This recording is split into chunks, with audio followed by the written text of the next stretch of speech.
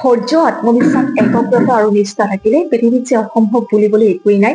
সেয়াই আজি পুনৰবাৰ প্ৰমাণ কৰি দেখুৱাবলৈ সক্ষম হৈছে কামৰূপ জিলাৰ অন্তৰ্গত মনাকুচি নকুচি গাঁৱৰ নিবাসী এগৰাকী অতি মেধাৱী ছাত্ৰী।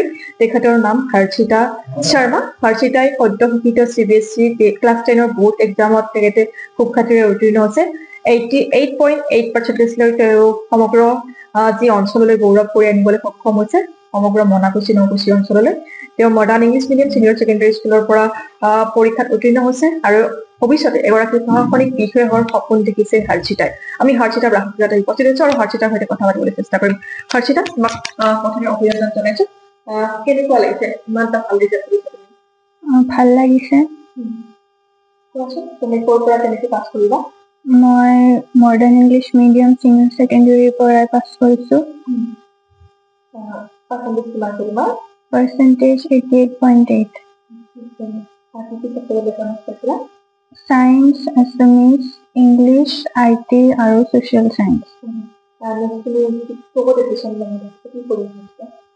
নেক্সট মই সায়েন্স লৈছো আৰু ভৱিষ্যতে APSC দিম।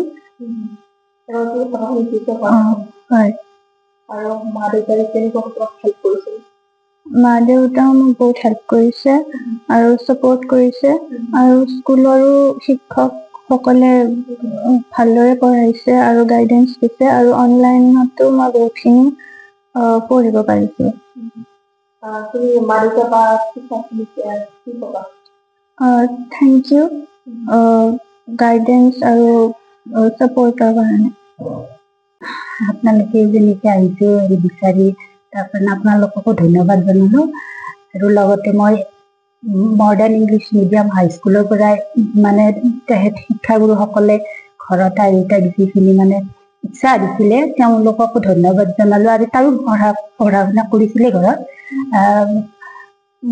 6-7 ঘণ্টা পঢ়িছিলে তাই আৰু টিউচনো লৈছিলে।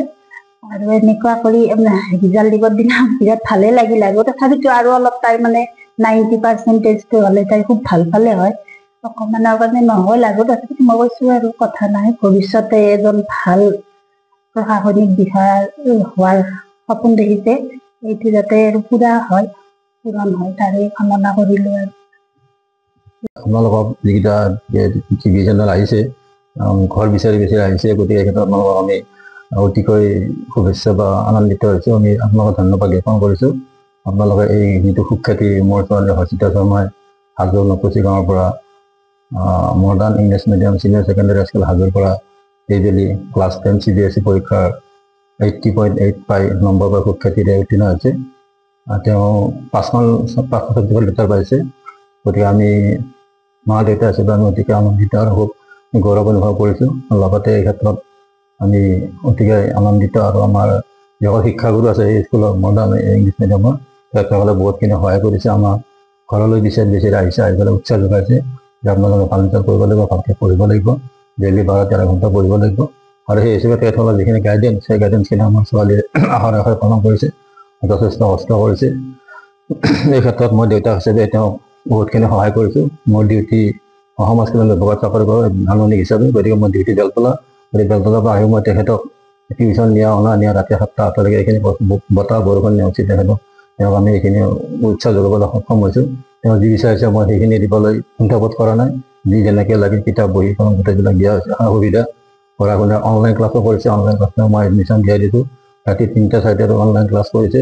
গতিকে ক্ষেত্ৰত যি বিচাৰিছে মই সেইখিনি গোটেই সহায় আগবঢ়াইছোঁ গাৰ্জেন হিচাপে। আৰু তেওঁ আমাৰ মাকেও সেইখিনি উৎসাহ যোগাইছে, খোৱা লোৱা পিন্ধা গোটেইখিনি তেওঁক মানে উৎসাহ যোগাই তেওঁ যিখিনি কষ্ট কৰিছে, তেওঁ যথেষ্ট কষ্ট কৰিছে। তেওঁ কষ্টৰ ফলটো পোৱা বুলি মই অনুভৱ কৰিছোঁ।